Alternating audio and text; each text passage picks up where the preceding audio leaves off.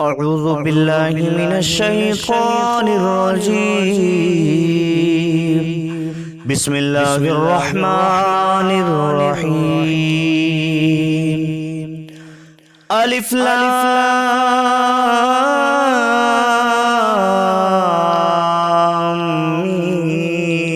ميم. ذلك الكتاب لا ريب فيه هدى للمتقين الذين يؤمنون بالغيب ويقيمون الصلاة ومما رزقناهم ينفقون والذين يؤمنون بما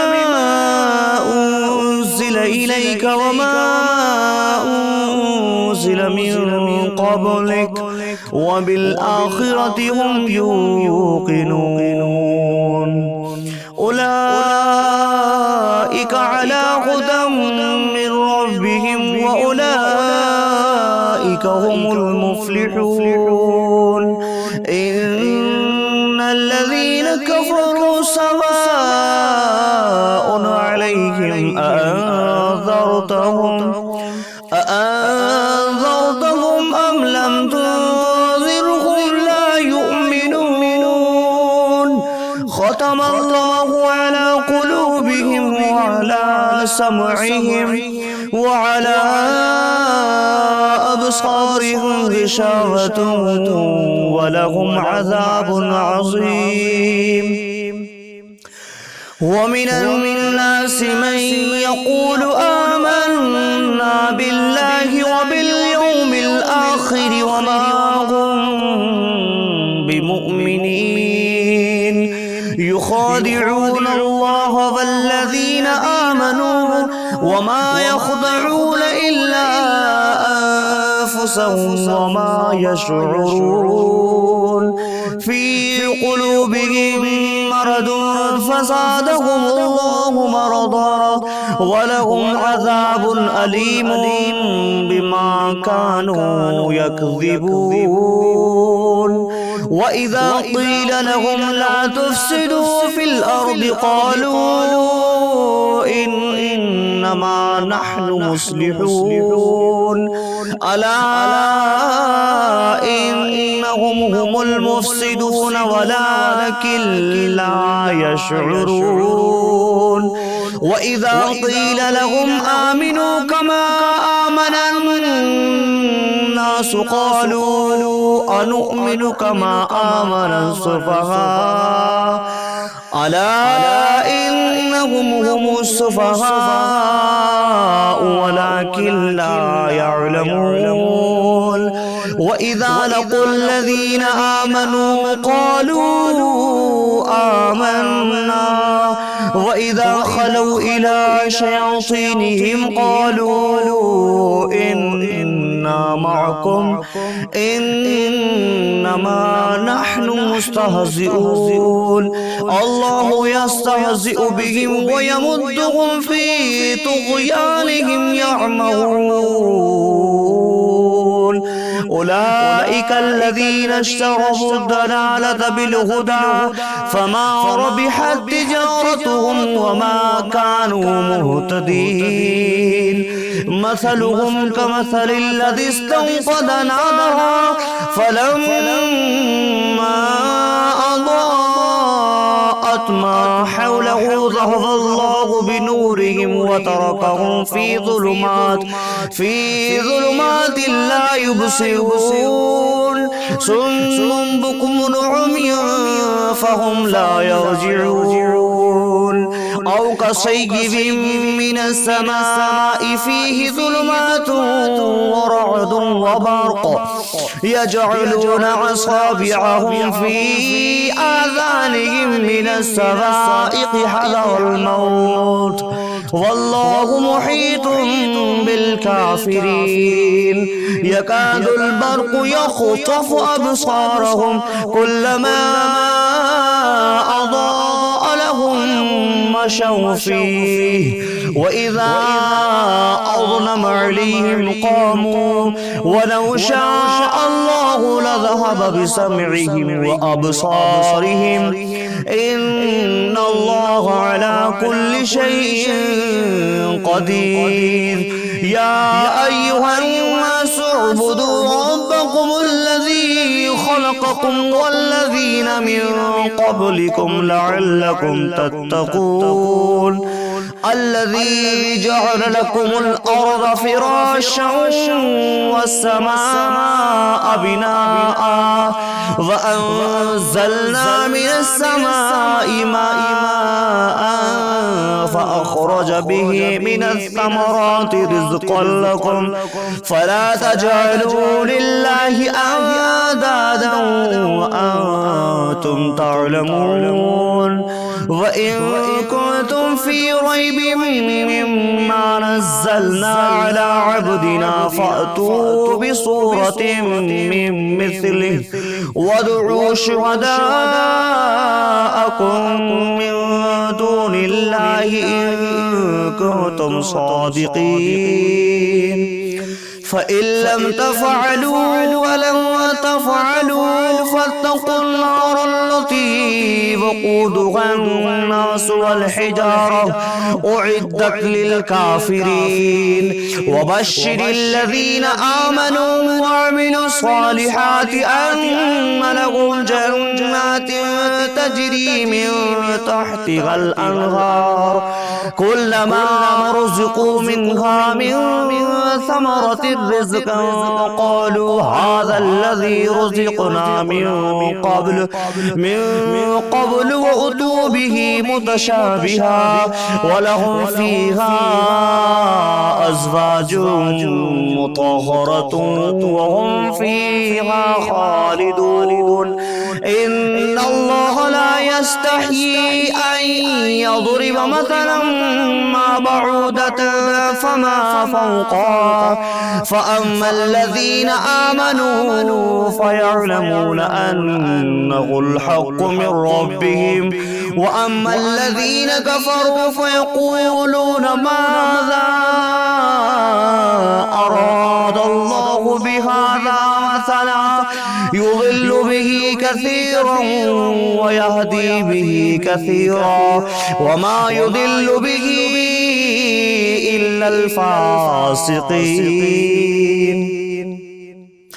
الذين ينقضون عهد الله من بعد ميثاقه ويقطعون ما أمر الله به أن يصل ويفسدون في الأرض أولئك هم الخاسرون. كيف تكفرون بالله وكنتم أمواتا فأحياكم ثم يميتكم ثم يحييكم ثم إليه ترجعون. هو الذي جعلكم ما في الأرض جميعا ثم استوى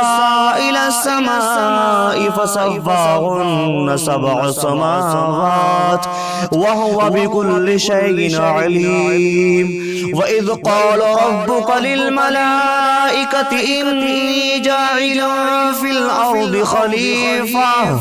قالوا أتجعل فيها من يفسد فيها ويسفك الدماء ونحن نسبح بحمدك ونقدس لك قال إني أعلم ما لا تعلمون. وعلم آدم الأسماء كلها ثم عرضهم على الملائكة فقال أنبئوني بأسماء هؤلاء إن كنتم صادقين. قالوا سبحانك لا علم لنا إلا ما علمتنا إنك أنت العليم الحكيم. قال يا آدم أنبئهم بأسمائهم فلما أنبأهم بأسمائهم قال ألم أقل لكم إني أعلم غيب السماوات والأرض وأعلم ما تبدون وما كنتم تكتمون. وإذ قلنا للملائكة اسجدوا لآدم فسجدوا إلا إبليس أبى واستكبر وكان من الكافرين وقلنا يا آدم اسكن أنت وزوجك الجنة وكلا منها رغدا حيث شئتما ولا تقربا هذه الشجرة فتكونا من الظالمين فأزلهما الشيطان عنها فأخرجهما مما كانا فيه وقلنا اهبطوا بعضكم لبعض عدو ولكم في الأرض مستقر ومتاع إلى حين فتلقى آدم من ربه كلمات فتاب عليه إنه هو التواب الرحيم قلنا اهبطوا منها جميعا فإما يأتينكم مني هدى فمن تبع هداي فلا خوف عليهم ولا هم يحزنون والذين كفروا وكذبوا بآياتنا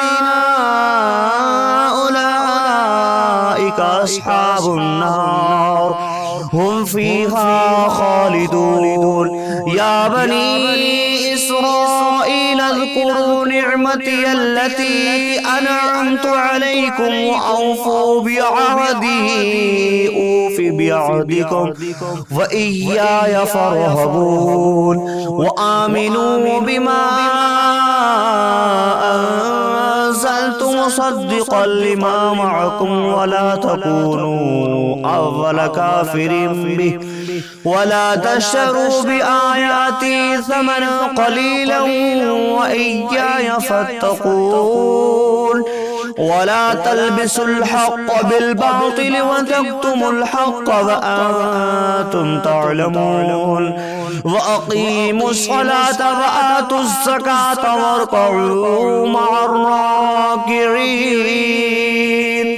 أتأمرون الناس بالبر وتنسون أنفسكم وأنتم تتلون الكتاب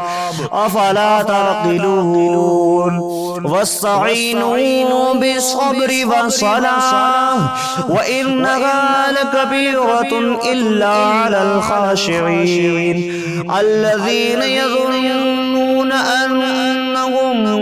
ملاقو ربهم وأنهم إليه راجعون يا بني إسرائيل اذكروا نعمتي التي أنعمت عليكم وأني فضلتكم على العالمين واتقوا يوما لا تجزي نفس عن نفس شيئا ولا يقبل منها شفاعة ولا يؤخذ منها عدل ولا هم ينصرون وإذ نجيناكم من آل فرعون يسومونكم سوء العذاب يذبحون أبناءكم ويستحيون نساءكم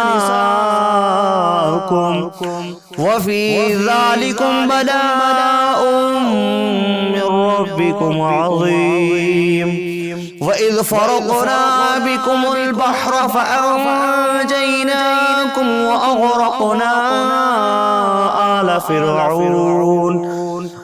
فرعون وأنتم تنظرون وإذ واعدنا موسى 40 ليلة ثم اتخذتم العجل من بعده وأنتم ظالمون ثم عفونا عنكم من بعد ذلك لعلكم تشكرون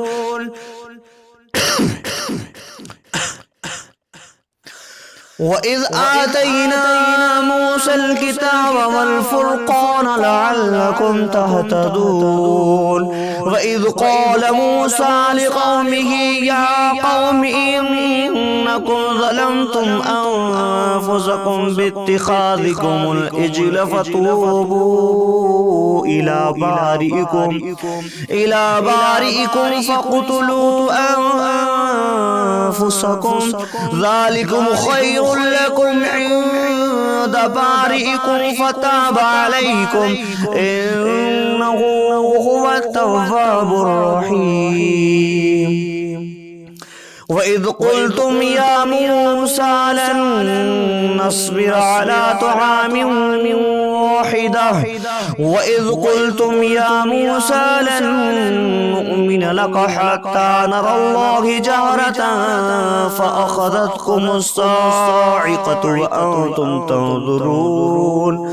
ثم بعثناكم من بعد موتكم لعلكم تشكرون وظللنا عليكم الغمام وأنزلنا عليكم المن والسلوى كلوا من طيبات ما رزقناكم وما ظلمونا ولكن كانوا أنفسهم يظلمون وإذ قلنا ادخلوا هذه القرية فكلوا منها حيث شئتم رغدا وادخلوا الباب سجدا وقولوا حتة نغفر لكم خطاياكم وسنزيد المحسنين فبدل الذين ظلموا قولا غير الذي قيل لهم فأنزلنا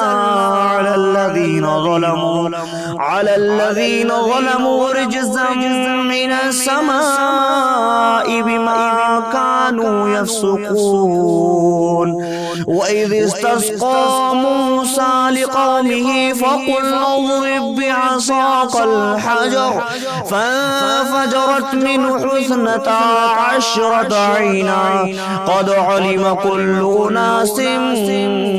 مشربهم كلوا واشربوا من رزق الله ولا تعثوا في الأرض مفسدين وإذ قلتم يا موسى لن نصبر على طعام واحدة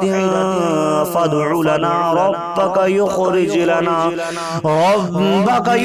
لنا مما تنبت الأرض ومن بقلها وكثائها وفومها وعدسها وبصلها قال أتستبدلون الذي هو أدنى بالذي هو خير اهبطوا مصرا فإن لكم ما سألتم وضربت عليهم الذلة والمسكنة وباءوا بغضب من الله ذلك بأنهم كانوا يكفرون بآيات الله ويقتلون النبيين بغير الحق ذلك بما عصوا وكانوا يهتدون إن الذين آمنوا وعملوا الصالحات والذين هادوا والنصارى والصابئين من آمن بالله وباليوم الآخر وعمل صالحا فلهم أجرهم عند ربهم ولا خوف عليهم ولا هم يحزنون وإذ أخذنا ميثاقكم ورفعنا فوقكم فوقكم الطور خذوا ما آتيناكم بقوة واذكروا ما فيه لعلكم تتقون ثم توليتم من بعد ذلك فلولا فضل الله عليكم ورحمته لكنتم من الخاسرين ولقد علمتم الذين اعتدوا منكم في السبت فقلنا لكم كونوا قردة خاسئين فجعلناها نكالا لما بين يديها وما خلفها وموعظة للمتقين وإذ قال موسى لقومه إن الله يأمركم أن تذبحوا بقرة قالوا أتتخذونا حزوا قال أعوذ بالله أن أكون من الجاهلين قال ادع لنا ربك يبين لنا ما هي قال إنه يقول إنها بقرة لا فارض ولا بكر عوان بين ذلك فافعلوا ما تؤمرون قالوا ادع لنا ربك يبين لنا ما لونها قال إنه يقول إنها بقرة صفراء فاقع لونها تسر الناظرين وإذ استسقى موسى لقومه فقلنا اضرب بعصاك الحجر فانفجرت منه 12 عينا قد علم كل أناس مشربهم كلوا واشربوا من رزق الله ولا تعثوا في الأرض مفسدين وإذ قلتم يا موسى لن نصبر على طعام واحد فادع لنا ربك يخرج لنا مما تنبت الأرض من بقلها وكثائها وفومها وعدسها وبصلها قال أتستبدلون الذين هو أدنى بالذي هو خير اهبطوا مصرا فإن لكم ما سألتم وضربت عليهم الذلة والمسكنة وباءوا بغضب من الله ذلك بأنهم كانوا يكفرون بآيات الله ويقتلون النبيين بغير الحق ذلك بما عصوا وكانوا يعتدون إن الذين آمنوا والذين هادوا والنصارى والصابغين من آمن بالله وباليوم الآخر وعمل صالحا فلهم أجرهم عند ربهم ولا خوف عليهم ولا هم يحزنون وإذ أخذنا ميثاقكم ورفعنا فوقكم الطور خذوا ما آتيناكم بقوة واذكروا ما فيه لعلكم تتقون ثم توليتم من بعد ذلك فلولا فضل الله عليكم ورحمته لكنتم من الخاسرين ولقد علمتم الذين اعتدوا منكم في السبت فقلنا لهم كونوا قردة خاسئين فجعلناها نكالا لما بين يديها وما خلفها وموعظة للمتقين. وإذ قال موسى لقومه إن الله يأمركم أن تذبحوا بقرة قالوا أتتخذنا هزوا قال أعوذ بالله أن أكون من الجاهلين. قالوا ادع لنا ربك يبين لنا ما هي قال إنه يقول إنها بقرة لا فارض ولا بكر عوان بين ذلك فافعلوا ما تؤمرون. قالوا ادع لنا ربك يبين لنا ما لونها قال إنه يقول إنها بقرة صفراء فاقع لونها تسر الناظرين. قالوا ادع لنا ربك يبين لنا ما هي إن البقرة شابه علينا وإنا إن شاء الله لمهتدون. قال إنه يقول إنها بقرة لا ذلول تثير الأرض ولا تسقي الحرث مسلمة لا شيئة فيها. قالوا الآن جئت بالحق فذبحوها وما كادوا يفعلون.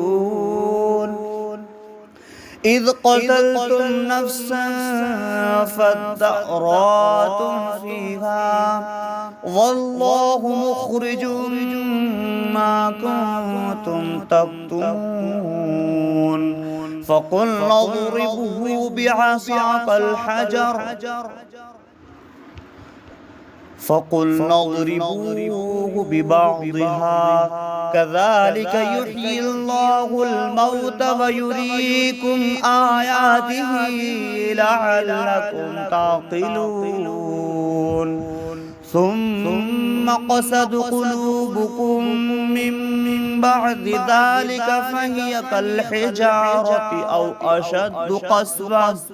وإن من الحجارة لما يتفجر منه الأنهار وإن منها لما يشقق فيخرج منه الماء وإن منها لما يهبط من خشية الله وما الله بغافل عما تعملون. أفتطمعون أن يؤمنوا لكم وقد كان فريق منهم يسمعون كلام الله ثم يحرفونه من بعد ما عقلوه وهم يعلمون. وإذا لقوا الذين آمنوا قالوا آمنا وإذا خلا بعضهم إلى بعض قالوا أتحدثونهم بما فتح الله عليكم ليحاجوكم به عند ربكم أفلا تعقلون. أفلا يعلمون أن الله يعلم ما يسرون وما يعلنون. ومنهم أميون لا يعلمون الكتاب إلا أماني وإن هم إلا يظنون. فويل للذين يكتبون الكتاب بأيديهم ثم يقولون هذا من عند الله ليشتروا به ثمنا قليلا فويل لهم مما كتبت أيديهم وويل لهم مما يكسبون وقالوا لن تمسنا النار إلا أياما معدودة قل أتخذتم عند الله عهدا فلن يخلف الله عهده أن تقولون على الله ما لا تعلمون بلى من كسب سيئة وأحاطت به خطيئته فأولئك أصحاب النار هم فيها خالدون والذين آمنوا وعملوا الصالحات أولئك أصحاب الجنة هم فيها خالدون صدق الله. يا أيها الذين آمنوا كتب عليكم الصيام كما كتب على الذين من قبلكم لعلكم تتقون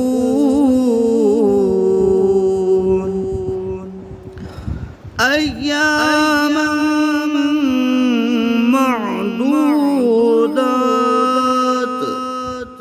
فمن كان منكم مريضا أو على سفر فعدة من أيام أخر وعلى الذين يطيقونه فدية طعام مسكين فمن تطوع خيرا فهو خير له وأن تصوموا خير لكم إن كنتم تعلمون شهر رمضان الذي أنزل فيه القرآن هدى للناس وبينة من الهدى والفرقان فمن شهد منكم الشهر فليصم ومن كان مريضا أو على سفر فعدة من أيام أخر يريد الله بكم اليسر ولا يريد بكم العسر ولتكملوا العدة ولتكبروا الله على ما هداكم ولعلكم تشكرون وإذا سألك عبادي عني فإني قريب أجيب دعوة الداعي إذا دعاني فليستجيبوا لي فليؤمنوا بي لعلهم يرشدون أحل لكم ليلة الصيام الرفث إلى نسائكم هن لباس لكم وأنتم لباس لهن علم الله إنكم كنتم تختانون أنفسكم فتاب عليكم وعفى عنكم واشربوا حتى يتبين لكم الخيط الأبيض من الخيط الأسود من الفجر ثم أتموا الصيام إلى الليل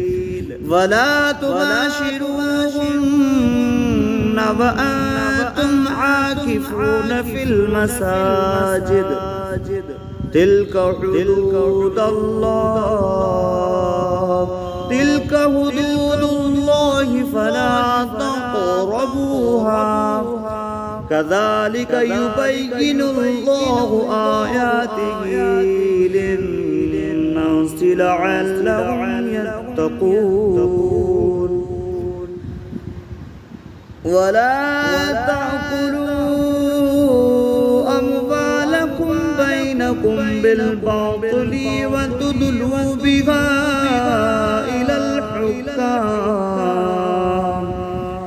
إلى الحكام لتأكلوا فريقا من أموال الناس بالإثم وأنتم تعلمون يسألونك عن الأهلة قل هي مواقيت للناس والحج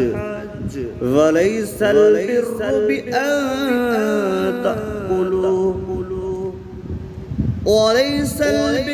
بأن تأتوا البيوت من ظهورها ولكن البر من اتقى وأتوا البيوت من أبوابها واتقوا الله لعلكم تفلحون وقاتلوا في سبيل الله الذين يقاتلونكم ولا تعتدوا إن الله يحب المعتدين واقتلوهم حيث ثقفتموهم وأخرجوهم من حيث أخرجوكم والفتنة أشد من القتل ولا تقاتلوهم عند المسجد الحرام حتى يقاتلوكم فيه فإن قاتلوكم فاقتلوهم كذلك جزاء الكافرين فإن انتهوا فإن الله غفور رحيم وقاتلوهم حتى لا تكون فتنة وتكون الدين لله فإن انتهوا فلا عدوان إلا على الظالمين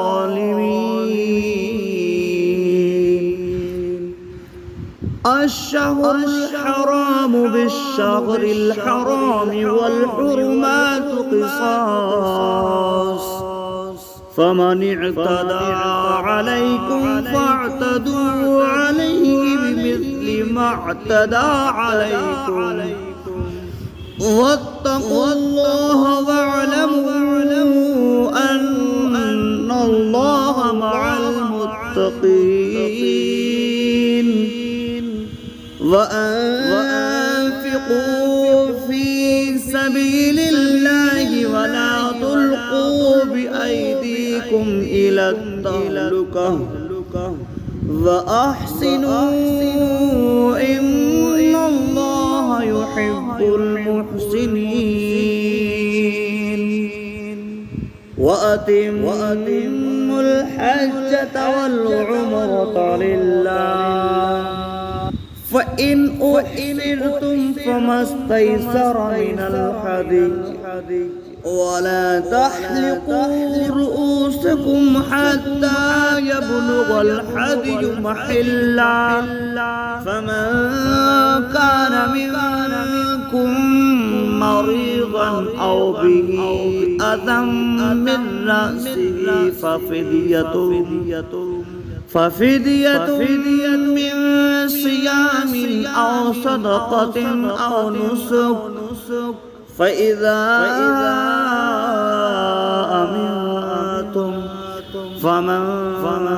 تمتع بالعمرة إلى الحج فما استيسر من الهدي فمن لم يجد فصيام 3 أيام في الحج و7 إذا رجعتم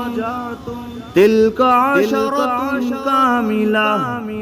ذلك لمن لم يكن أهله حاضر المسجد الحرام واتقوا الله واعلموا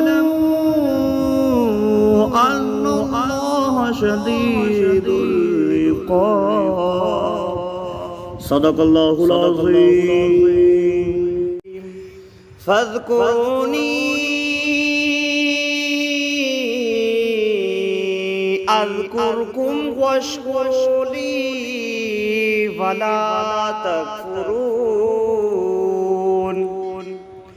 يا أيها الذين آمنوا استعينوا بالصبر والصلاة إن الله مع الصابرين ولا تقولوا لمن يقتل في سبيل الله أموات بل أحياء ولكن لا تشعرون ولنبلونكم بشيء من الخوف والجوع ونقص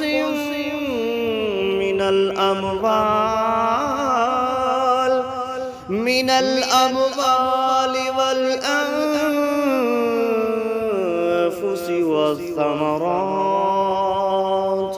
وبشر الصابرين الذين إذا أصابتهم مصيبة قالوا إنا لله وإنا إليه راجعون أولئك عليهم صلوات من ربهم ورحمة وأولئك هم المهتدون إن الصفا والمروة من شعائر الله فمن حج البيت أو اعتمر فلا جناح عليه أن يطوف بهما ومن تطوع خيرا فإن الله شاكر عليم إن الذين يكتمون ما أنزلنا من البينات والهدى من بعد ما بيناه للناس في الكتاب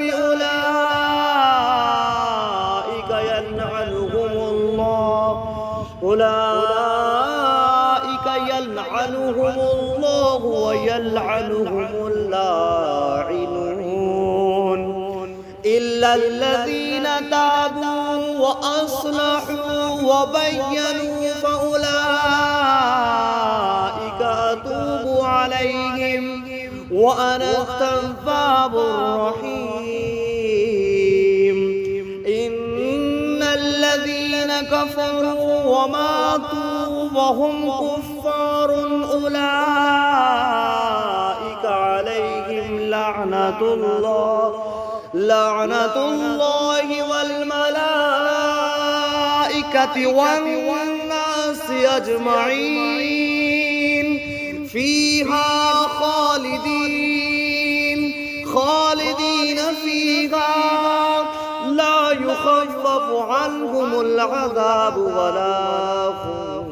ينظرون فإلهكم إله واحد لا إله إلا هو الرحمن الرحيم يا أيها الذين آمنوا كتب عليكم الصيام كما كتب على الذين من قبلكم لعلكم تتقون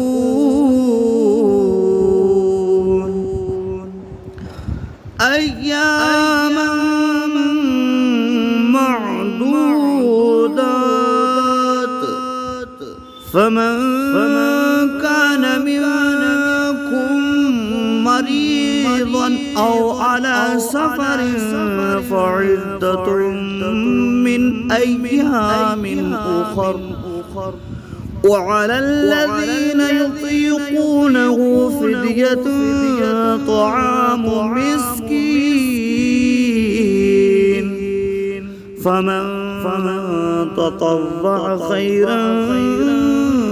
فهو خير له وأن تصوموا خير لكم إن كنتم تعلمون شهر رمضان الذي أنزل فيه القرآن هدى للناس وبينة من الهدى والفرقان فمن شهد منكم الشهر فليصم ومن كان مريضا أو على سفر فعدة من أيام أخر يريد الله بكم اليسر ولا يريد بكم العسر ولتكملوا العدة ولتكبروا الله على ما هداكم ولعلكم تشكرون وإذا سألك عبادي عني فإني قريب أجيب دعوة الداعي إذا دعاني فليستجيبوا لي فليؤمنوا بي لعلهم يرشدون أحل لكم ليلة الصيام الرفث إلى نسائكم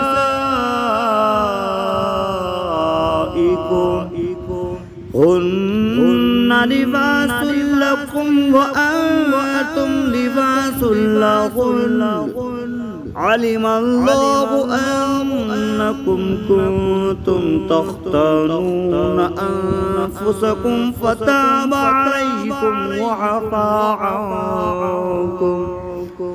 واشربوا حتى يتبين لكم الخيط الأبيض من الخيط الأسود من الفجر ثم أتموا الصيام إلى الليل ولا تباشروهن وأنتم عاكفون في المساجد تلك حدود الله فلا تقربوها كذلك يبين الله آياته للناس لعلهم يتقون ولا تأكلوا أموالكم بينكم بالباطل وتدلوا بها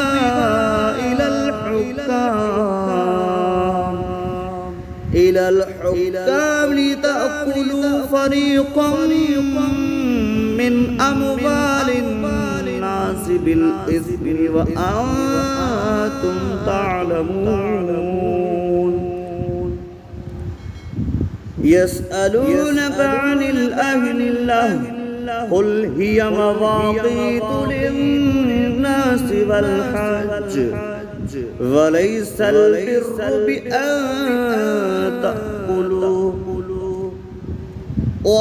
البر بأن تأتوا البيوت من ظهورها ولكن البر من اتقى وأتوا البيوت من أبوابها واتقوا الله لعلكم تفلحون وقاتلوا في سبيل الله الذين يقاتلونكم ولا تعتدوا إن الله يحب المعتدين واقتلوهم حيث ثقفتموهم وأخرجوهم من حيث أخرجوكم والفتنة أشد من القتل ولا تقاتلوهم عند المسجد الحرام حتى يقاتلوكم فيه فإن قاتلوكم فاقتلوهم كذلك جزاء الكافرين فإن انتهوا فإن الله غفور رحيم وقاتلوهم حتى لا تكون فتنة وتكون الدين لله فإن انتهوا فلا عدوان إلا على الظالمين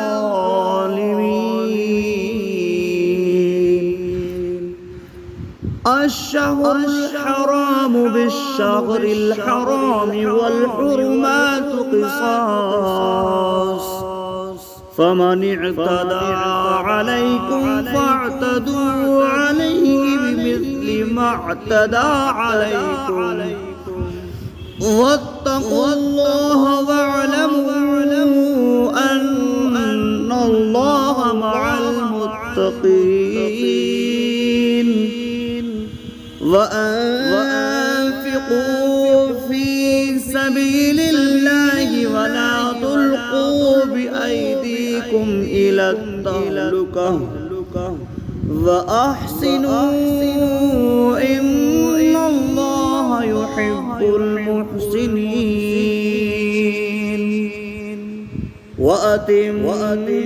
الحجة والعمرة لله فإن أحصرتم فما استيسر من الهدي ولا تحلقوا رؤوسكم حتى يبلغ الهدي محله فمن كان منكم مريضا أو به أذى من رأسه ففدية من صيام أو صدقة أو نسك فإذا أمنتم فمن تمتع بالعمرة إلى الحج فما استيسر من الهدي فمن لم يجد فصيام 3 أيام في الحج و7 إذا رجعتم تلك عشرة كاملة ذلك لمن لم يكن أهله حاضر المسجد الحرام واتقوا الله واعلموا أن الله شديد العقاب صدق الله العظيم. وإذ استسقى موسى لقومه فقلنا اضرب بعصاك الحجر فانفجرت منه 12 عينا قد علم كل أناس مشربهم كلوا واشربوا من رزق الله ولا تعثوا في الأرض مفسدين. وإذ قلتم يا موسى لن نصبر على طعام واحد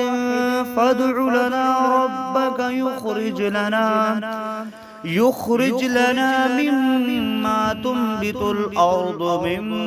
بقلها وكثائها وفومها وعدسها وبصلها قال أتستبدلون الذين هو أدنى بالذي هو خير اهبطوا مصرا فإن لكم ما سألتم وضربت عليهم الذلة والمسكنة وباءوا بغضب من الله ذلك بأنهم كانوا يكفرون بآيات الله ويقتلون النبيين بغير الحق ذلك بما عصوا وكانوا يعتدون. إن الذين آمنوا والذين هادوا والنصارى والصابعين من آمن بالله وباليوم الآخر وعمل صالحا فلهم أجرهم عند ربهم ولا خوف عليهم ولا هم يحزنون. وإذ أخذنا ميثاقكم ورفعنا فوقكم الطور خذوا ما آتيناكم بقوة واذكروا ما فيه لعلكم تتقون ثم توليتم من بعد ذلك فلولا فضل الله عليكم ورحمته لكنتم من الخاسرين. ولقد علمتم الذين اعتدوا منكم في السبت فقلنا لهم كونوا قردة خاسئين فجعلناها نكالا لما بين يديها وما خلفها وموعظة للمتقين. وإذ قال موسى لقومه إن الله يأمركم أن تذبحوا بقرة قالوا أتتخذنا هزوا قال أعوذ بالله أن أكون من الجاهلين. قالوا ادع لنا ربك يبين لنا ما هي قال إنه يقول إنها بقرة لا فارض ولا بكر عوان بين ذلك فافعلوا ما تؤمرون. قالوا ادع لنا ربك يبين لنا ما لونها قال إنه يقول إنها بقرة صفراء فاقع لونها تسر الناظرين. قالوا ادع لنا ربك يبين لنا ما هي إن البقرة تشابه علينا وإنا إن شاء الله لمهتدون قال إنه يقول إنها بقرة لا ذلول تثير الأرض ولا تسقي الحرث مسلمة لا شيئة فيها قالوا الآن جئت بالحق فذبحوها وما كادوا يفعلون إذ قتلتم نفسا فادارأتم فيها والله مخرج ما كنتم تكتمون فقلنا اضربوه بعصاك الحجر فقلنا اضربوه ببعضها كذلك يحيي الله الموتى ويريكم آياته لعلكم تعقلون ثم قست قلوبكم من بعد ذلك فهي كالحجارة أو أشد قسوة وإن من الحجارة لما يتفجر منه الأنهار وإن منها لما يشقق فيخرج منه الماء